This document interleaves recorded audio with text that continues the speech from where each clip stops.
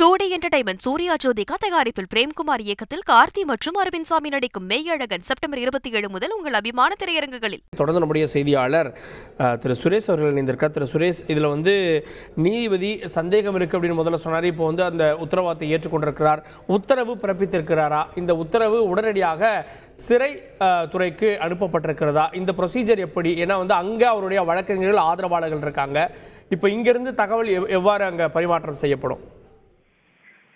வணக்கம். அதாவது பிணை உத்தரவாதங்களை பொறுத்த வரைக்கும் அதுல அந்த உச்ச நீதிமன்ற உத்தரவுல அந்த பிணை உத்தரவாதங்களை விசாரணை நீதிமன்றமான முதன்மை அமர்வு நீதிமன்றத்தில் தான் தாக்கல் செய்ய வேண்டும் என்று உச்சநீதிமன்றம் குறிப்பிடாத காரணத்தினால அதுல ஒரு சிறிய குழப்பம் இருப்பதாக தெரிவித்த நீதிபதி இது சம்பந்தமாக விளக்கம் பெறுவதற்காக அமலாக்கத்துறை வழக்கறிஞரை அழைத்தார். அமலாக்கத்துறை வழக்கறிஞர் அழைத்து ஜாமீன் கொடுப்பதில் எந்த ஒரு ஆட்சேபமும் இல்லை, அதுக்கு ஜாமீன் கொடுக்கலாம் என்ற ஒரு தகவலை அமலாக்கத்துறை தரப்பு வழக்கறிஞர் பதிவு செய்தார்.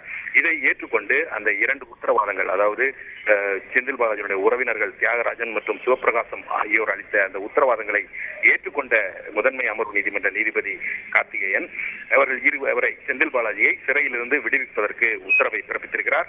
அதே போல உச்சநீதிமன்ற உத்தரவின் அடிப்படையில் செந்தில் பாலாஜியுடைய பாஸ்போர்ட்டும் முதன்மை அமர்வு நீதிமன்றத்தில் ஒப்படைக்கப்பட்டிருக்கிறது.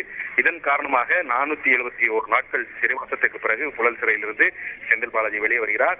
இந்த உத்தரவின் நகல் என்பது மின்னஞ்சல் மூலமாக சிறை நிர்வாகத்திற்கு அனுப்பப்படும் என்ற ஒரு தகவலும் தெரிவிக்கப்பட்டிருக்கிறது. இது அங்கு சென்றடைந்த பிறகு அதனை பரிசீலித்து சிறை அதிகாரிகள் அவரை விடுதலை செய்வதற்கான வாய்ப்புகள் அதிகமாக இருக்கிறது.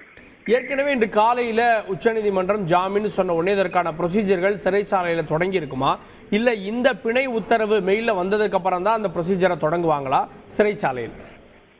சிறைச்சாலை பொறுத்த வரைக்கும் உயர் நீதிமன்றம் உச்ச நீதிமன்றம் எந்த உத்தரவு பிறப்பித்தாலும் அந்த உத்தரவை அமல்படுத்தக்கூடிய கீழமை நீதிமன்றங்கள் பிறப்பிக்கக்கூடிய உத்தரவை அடிப்படையில் தான் இந்த ஜாமீன் வழங்குவது என்பது நடைமுறையாக இருக்கிறது. அதன் அடிப்படையில் இந்த உத்தரவு வழங்கப்பட்டு விட்டால் அவரை உடனடியாக சிறையிலிருந்து விடுதலை செய்வதற்கு எந்த ஒரு தடையும் இல்லை. அவர் உடனடியாக விடுதலை செய்வதற்கான வாய்ப்புகள் அதிகமாக இருக்கிறது.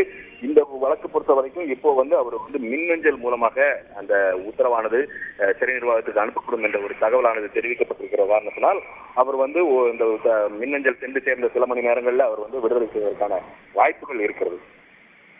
நன்றி சுரேஷ். கூடுதல் விவரங்களுக்கு டூடி என்டர்டைன்மெண்ட் சூர்யா ஜோதிகா தயாரிப்பில் பிரேம்குமார் இயக்கத்தில் கார்த்தி மற்றும் அரவிந்த் சாமி நடிக்கும் மெய்யழகன் செப்டம்பர் 27 முதல் உங்கள் அபிமான திரையரங்குகளில்.